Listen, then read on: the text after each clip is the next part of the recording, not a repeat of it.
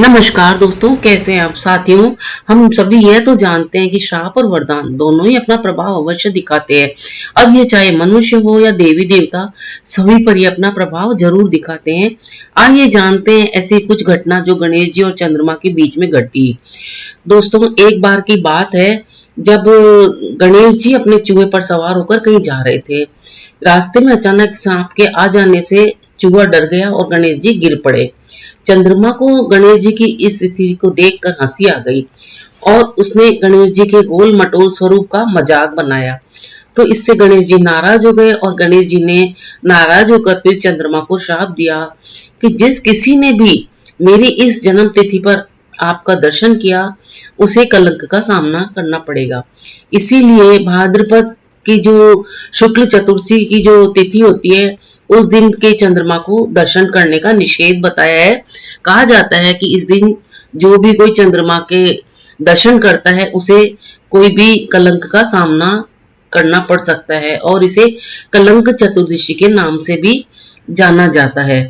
इसी घटना का प्रभाव श्री कृष्ण जी भगवान पर भी पड़ा था, जिसकी घटना इस प्रकार है। द्वारका में एक धनी सरदार रहता था। उसके पास एक सूर्यमणि थी जिसका नाम था सैमंतक था। कुछ दरबारियों ने उससे कहा कि ऐसी अमूल्य मणि राज्य के कोष में जमा करा दो और श्री कृष्ण जी से जो चाहो वो ले लो। लेकिन धनी व्यक्ति ने इससे मना कर दिया ऐसा करने से। ये बात श्री कृष्ण जी तक भी पहुंची, लेकिन उन्होंने इस पर कोई ध्यान नहीं दिया। कुछ दिन बाद उसी धनी सरदार का छोटा भाई मणि पहनकर शिकार खेलने गया तो वहां शेर के हमले से उसकी मौत हो गई। जो लोग उसका शव लेने गए तो उन्होंने देखा कि युवक के गले में मणि नदारत थी। तब बात की बात में इस मणि की चोरी का इल्जाम द्वारका के राज परिवार पर लगा। दबी जुबान में सभी कृष्ण के परिवार पर ये मिथ्या आरोप लगाने लगे। तब कृष्ण जी को ये खुद को कलंक मिटाने का निर्णय लेना पड़ा। वह उस स्थान पर गए जहां युवक का शव मिला था।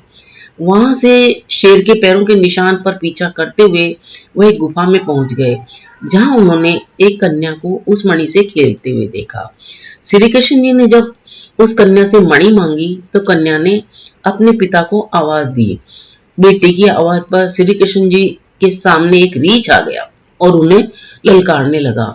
दोनों में कई दिनों तक युद्ध चला। तब रीछ के मन में यह आया और उसने मन ही मन सोचा कि यह मानव कौन है, इतना शक्तिशाली भी है। ऐसा प्रश्न करते ही रीछ के सामने श्री राम जी भगवान खड़े दिखाई दिए। दरअसल ये रीछ कोई और नहीं था, रामायण काल के ही जामवंत जी थे। रीछ ने अपने प्रभु को पहचान कर उनसे अपनी क्षमा मांगते हुए पुत्री जामवंती का विवाह करने का अनुरोध किया और फिर श्री कृष्ण जी मणि और पत्नी के साथ द्वारका लौटे और मणि मिलने पर उस धनी सरदार ने अपनी पुत्री सत्यभामा का विवाह भी श्री कृष्ण जी से कर दिया। मणि भी भेंट कर दी। इस तरह कृष्ण जी ने फिर अपना कलंक मिटाया।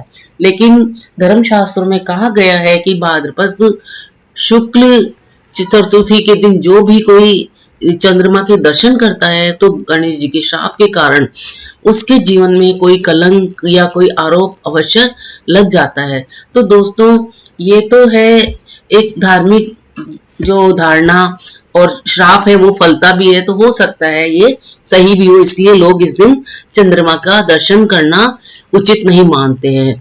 तो दोस्तों, बिना सोचे समझे किसी का मजाक उड़ाना या उसका उपहास करना ये भी उचित नहीं है। दोस्तों, आपको जो ये जानकारी है वो कैसी लगी, क्योंकि देखो श्राप का प्रभाव कृष्ण भगवान जी ने उस दिन चंद्रमा के दर्शन किए तो उन पर भी पड़ा। तो हम ये मान सकते हैं कि श्राप और वरदान दोनों ही हर व्यक्ति पर अपना प्रभाव दिखाते हैं। दोस्तों, आपको ये जानकारी कैसी लगी? अगर ये जानकारी अच्छी लगी हो तो मेरे इस वीडियो को लाइक शेयर सब्सक्राइब करना ना भूलें। अपना अमूल्य समय देकर वीडियो देखने के लिए आप सभी को बहुत बहुत धन्यवाद।